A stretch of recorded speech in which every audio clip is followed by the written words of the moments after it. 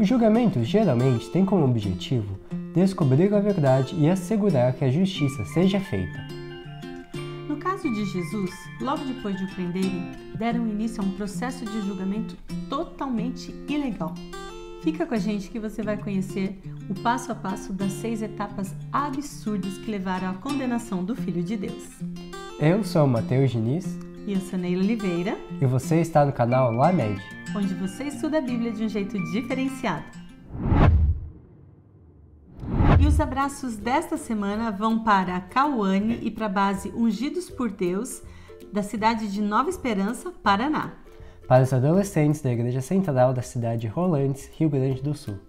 Para os adolescentes da cidade de Monte Castelo, em Santa Catarina. Para a base Mensageiros da Alvorada do distrito Iatai, Pará. Para os adolescentes da Igreja Vila Santo Antônio, na cidade de Ferraz de Vasconcelos, São Paulo. Para os adolescentes da Igreja Serra dos Dourados, da cidade de Umuarama, Paraná. Base Nova Geração, do distrito de São Félix, da cidade de Marabá, Pará. Para a base do Atalaia, da cidade de Cotia, São Paulo. E para os adolescentes da Igreja de Vila do Conde, da cidade de Barcarena, Pará. E para você que ainda não é inscrito aqui no nosso canal, corra agora, enquanto a gente está falando tudo isso, o vídeo não começou, e clica naquele botão vermelho escrito inscrever-se lá embaixo, 2 segundinhos só. E se você já é inscrito, não esqueça de deixar o seu like, o seu comentário e compartilhar se você gostou do vídeo. E agora, vamos para o vídeo.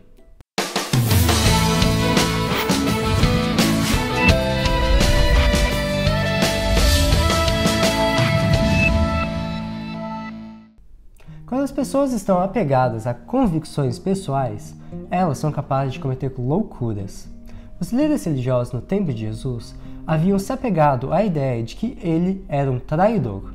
Como cada vez mais Jesus estava adquirindo a simpatia do povo e neutralizando a influência que eles tinham sobre as multidões, eles chegaram à conclusão que eles não precisavam acabar com a situação, mas sim pôr um fim em Jesus. E para conseguir seus objetivos, os líderes passaram por cima de tudo, inclusive da lei. Quando Jesus foi preso no jardim do Getsêmani, já passava da meia-noite e aí estava a primeira contravenção. Pelo sistema legal judaico, um julgamento só poderia ocorrer durante o dia. E se ele não terminasse até o anoitecer, ele deveria ser suspenso e reiniciado no dia seguinte. Mas os líderes estavam tão desesperados para condenar Jesus que eles levaram Jesus àquele horário mesmo ao palácio de Anás. Quem era Anás? Ele era o líder da família de sacerdotes em exercício e, por sua idade, o povo ainda o considerava sumo sacerdote, apesar dessa posição ser ocupada na verdade por Caifás. Mas os líderes ficaram com medo, por ser menos experiente, que Caifás não conduzisse a situação do jeito que eles queriam. Eles precisavam da astúcia e sutileza de Anás para conseguir uma condenação de Cristo. Assim, o primeiro interrogatório ficou por conta de Anás, antes que Jesus fosse apresentado no Sinédrio. Para a gente entender um pouquinho como funcionava, é preciso a gente lembrar que os judeus estavam sob o domínio de Roma.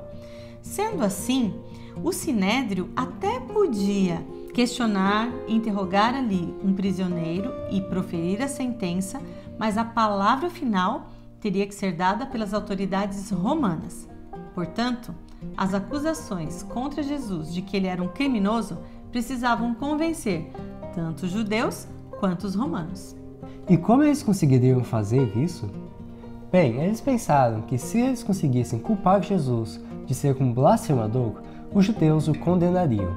Eles pensaram também que se eles conseguissem provar que Jesus estava colocando o povo contra o governo romano, eles também conseguiriam a condenação das autoridades romanas.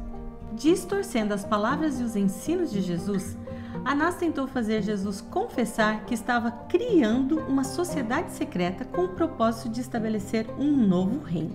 Assim, ele poderia ser acusado de ser o causador de uma revolta. Interessante isso, porque muitas pessoas ainda hoje em dia acreditam que Jesus foi um revolucionário desse tipo. Mas a resposta de Jesus desmontou a estratégia dos líderes judeus. Ele assumiu que tudo o que ele havia pregado e falado foi aberto a todos, inclusive o que ele falou nas sinagogas e no templo. Quem estava procurando agir em segredo eram eles mesmos. Jesus nunca fez nada nem disse nada que precisasse ficar oculto. Além do mais, todos ali sabiam que espiões haviam sido enviados para encontrar qualquer deslize em Jesus. Por isso que Jesus respondeu tranquilamente. Era melhor então que perguntassem para essas pessoas que haviam ouvido o que ele tinha dito, e assim não ficaria dúvidas. Anás ficou sem resposta. Um dos oficiais, vendo a situação, indignado, bateu no rosto de Jesus e disse: "Isso é jeito de falar com o sumo sacerdote?" Onde a arrogância humana chegou. Se Jesus quisesse, ele poderia mostrar todo o seu poder divino e acabar com tudo aquilo ali mesmo. Mas ele se resignou. Veja o que diz aqui. Os judeus esperavam por um Messias a fim de mudar a corrente de pensamento do povo por meio de uma exibição da vontade dominadora e de força, obrigando que todos reconhecessem sua supremacia. Por isso, ao ser tratado com desprezo, Cristo sentiu forte tentação de mostrar seu caráter divino, fazendo com que seus perseguidores confessassem que ele era o Senhor acima de reis e governadores, de sacerdotes e do templo. Foi difícil manter a posição que ele escolhera de um com a humanidade. Não conseguindo nada que condenasse Jesus, Anás o enviou a Caifás, o sumo sacerdote oficial na função. Mas Caifás também não teve sucesso. Afinal, ele acusaria Jesus de quê? De ter chamado os sacerdotes e escribas de hipócritas? De ter falado contra os regulamentos dos judeus? De ter realizado milagres no sábado? O que isso interessaria aos romanos? Já desesperado, Caifás exigiu que Jesus respondesse se ele era o Cristo, o Filho de Deus. A resposta de Jesus? Tu mesmo o disseste. E Jesus ainda descreveu como seria a sua segunda vinda. Não foram só as palavras fortes de Jesus. O seu olhar penetrante fez com que Caifás estremecesse. Jesus ainda tentou salvá-lo, mas ao invés de se render, Caifás, em um acesso de fúria, rasgou as suas vestes e exigiu que o conselho condenasse Jesus por blasfêmia. A atitude de Caifás de rasgar as vestes sacerdotais era muito séria. Isso era algo condenado por lei. Ele mesmo, na verdade, estava cometendo blasfêmia, pois ele estava manchando as representações celestiais.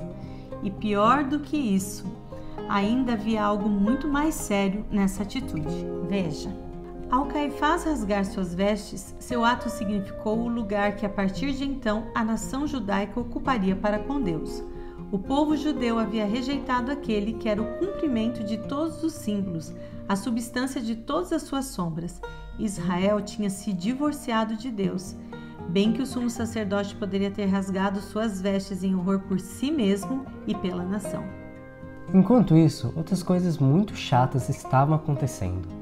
Os discípulos se dispersaram, mas João e Pedro queriam acompanhar a situação um pouco mais de longe. E Pedro acabou negando que conhecia Jesus, que era um de seus seguidores. Pedro negou Jesus, assim como ele disse que aconteceria. Agora Pedro percebeu por que ele deveria ter ficado acordado orando no jardim do Getsemane. Teve também o fim trágico de Judas, que achou que era mais sábio do que Jesus e que poderia antecipar os planos que ele mesmo tinha para o Mestre. Mas você pode ler mais sobre ele no capítulo 76 do livro O Libertador. Quando o dia amanheceu, o Sinédrio se reuniu novamente. Eles queriam uma confissão de Jesus de que ele estava se colocando como Filho de Deus. E a sua resposta foi a mesma.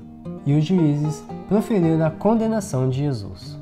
Nesse momento, a multidão enfurecida quis linchar Jesus. Isso só não aconteceu porque os soldados romanos não permitiram. Mas os sacerdotes e líderes religiosos zombaram de Jesus e agora iam forçar a situação para que a condenação à morte viesse também pelos romanos. Você conhece a história. Jesus foi levado primeiro a Pilatos, o governador romano, que não achou nenhum motivo justo para condenar Jesus. Os líderes religiosos não queriam dar a impressão de que Jesus tinha sido preso por motivos religiosos. Por isso, eles subornaram testemunhas para que acusassem Jesus de estar tramando contra o governo. Mas essas testemunhas não foram convincentes. Pilatos não acreditou naquela conversa. Ele logo percebeu que os judeus estavam agindo por ódio e preconceito. Você sabia que Jesus ainda tentou salvar Pilatos? Em uma conversa em particular, Jesus apelou para que ele aceitasse a verdade. Pilatos chegou a se comover com as palavras de Jesus, mas ele cedeu à pressão do grupo.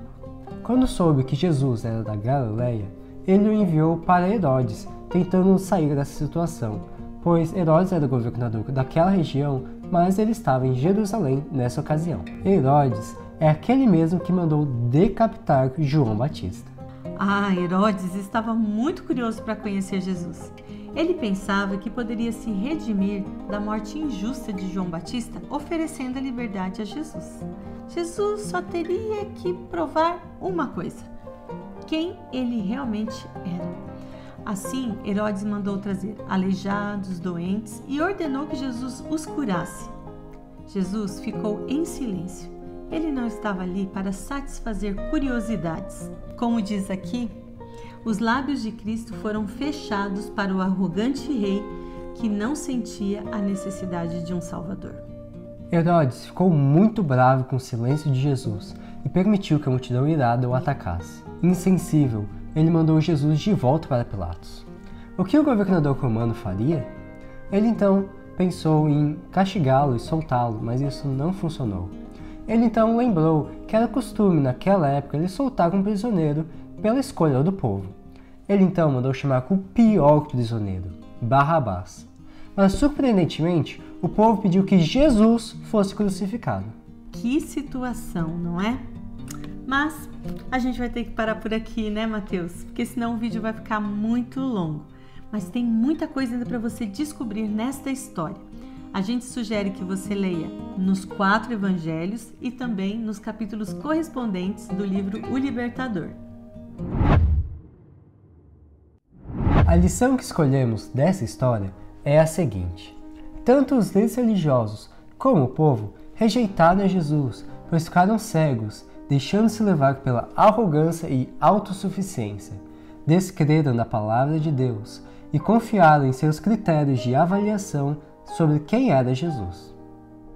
Até o último momento, Jesus ofereceu chance de salvação para todas as pessoas com quem ele teve contato, até no momento mais terrível. E cada um foi responsável por sua própria escolha. Isso faz a gente perceber que nós também estamos fazendo escolhas diariamente e precisamos estar atentos, porque essas escolhas podem ser a favor de Cristo ou contra Ele. E que sejamos sábios para não tornar em vão o que Jesus fez por nós.